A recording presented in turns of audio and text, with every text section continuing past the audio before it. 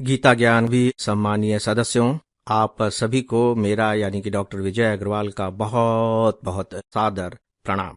पिछले एपिसोड में फ्रेंड्स मैंने एक बात बताने की कोशिश की थी और आपने उसे बहुत ध्यान से सुनकर समझने का हर संभव प्रयास भी किया होगा कि किस तरीके से महाभारत का जो मूल संकट है वह मूलतः अपनी पहचान को भुला देने से उत्पन्न होने वाला संकट है।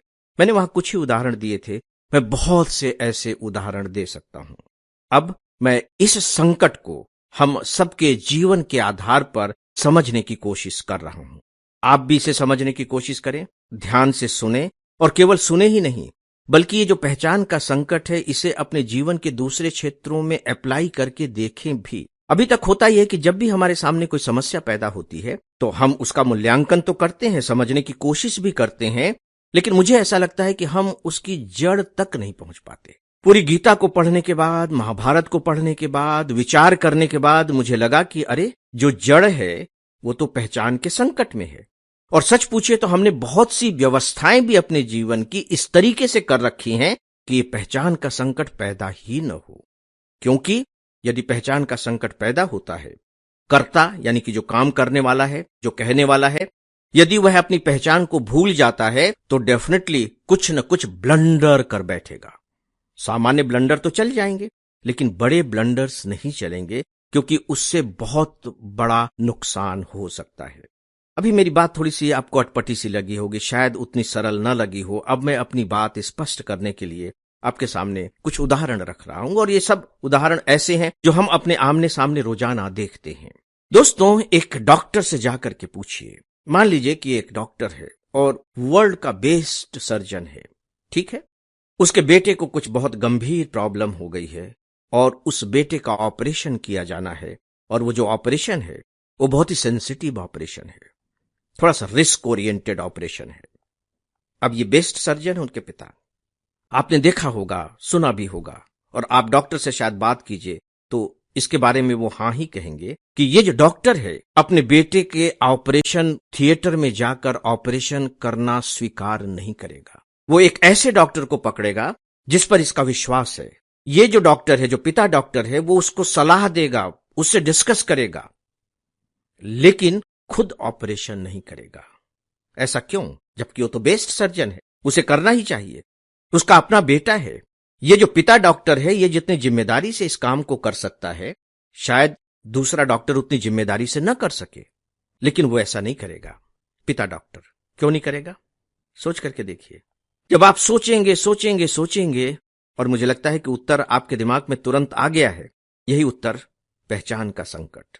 तो ये पहचान का संकट कैसे पैदा होगा? क्योंकि जब उसका बेटा एनेस्थीसिया से बेहोश होकर के बकायदे उस ऑपरेशन थिएटर की टेबल पर लेटा हुआ होगा और इसके हाथ में जब चाकू, छुरिया, जो कुछ भी होंगे, उसे इस बात का डर लग रहा है कि कहीं ऐसा न हो। जो लेटा हुआ है वो है तो पेशेंट, लेकिन उसे वो क्या समझने लगेगा कि ये मेरा बेटा है। और जैसे ही उसके दिमाग में ये बात आएगी कि ये मेरा बेटा लेटा हुआ है, वैसे ही दूसरे पेशेंट जब लेटे हुए होते हैं तो ये डॉक्टर अपने को डॉक्टर समझता है, लेकिन चूंकि अब लेटे हुए पेशेंट को यह अपना पुत्र समझ रहा है, अपने को पिता समझना शुरू कर देगा।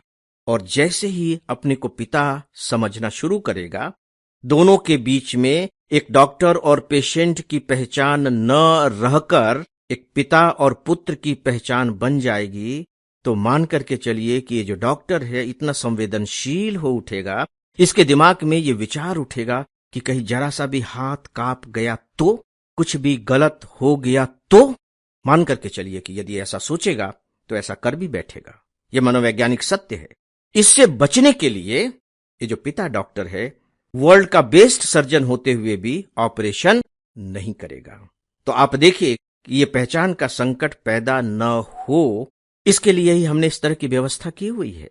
विचार कीजिए तो आपको इसकी जड़ समझ में आ जाएगी, भले ही हम इसे ही दूसरे तरीके से क्यों न सामने रखें। मैं जब प्रेम विवाह के बारे में सोचता हूं तो मुझे बात बहुत विचित्र सी लगती है। तार्किक रूप से यह सच नहीं लगता।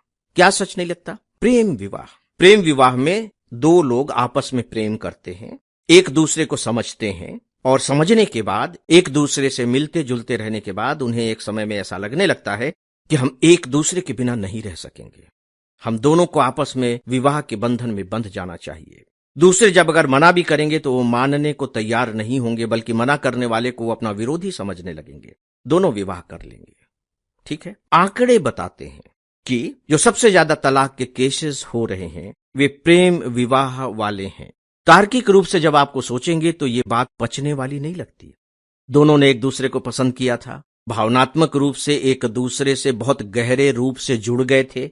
दोनों को ये लगने लगा था कि हम एक दूसरे के बिना रह नहीं सकते, और फिर उन्होंने फैसला किया कि नहीं, हम आपस में विवाह करेंगे ताकि हम एक साथ रह सकें। बहुत सोचा समझा निर्णय है।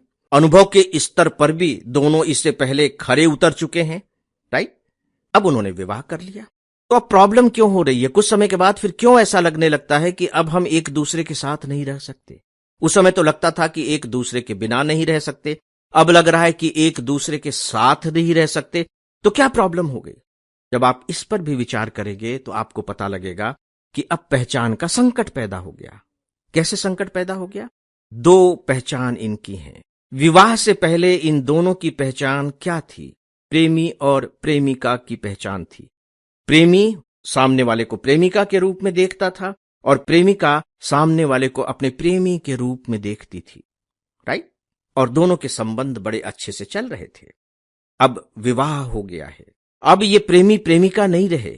अब इनकी पहचान क्या हो गई है? अब इनकी पहचान पति और पत्नी की हो गई है, राइट। तो प्रॉब्लम कहां आ रही है? प्रॉब्लम वहां आ रही है कि पहचान तो पति और पत्नी की हो गई है, लेकिन दिमाग में जो एक दूसरे की पहचान बनी हुई है वो प्रेमी और प्रेमिका की ही बनी हुई है। जीवन जी रहे हैं पति और पत्नी का, जहां जीवन का यथार्थ होता है, लेकिन जो अपेक्षाएं हैं, अपेक्षाएं अभी भी प्रेमी और प्रेमिका की बनी हुई है। उस समय अतीत की बातें दिमाग में है कि उस समय हम किस तरीके से एक दूसरे से बातें करते थे, घंटों एक दूसरे के साथ गुजारना चाहते थे, बड़ी प्रेम से बातें होती थी, अच्छी अच्छी बातें होती थी। ठीक है, प्रेमी प्रेमिकाओं के बीच में इसी तरह से बातें होती हैं, लेकिन पति पत्नी के बीच में अब उस तरह की बातें नहीं हो सकती, क्योंकि अब जीवन का यथार्थ सामने है। प्रेमी और प्रेमिकाओं के पैर नहीं होते हैं, उनके पंख होते हैं।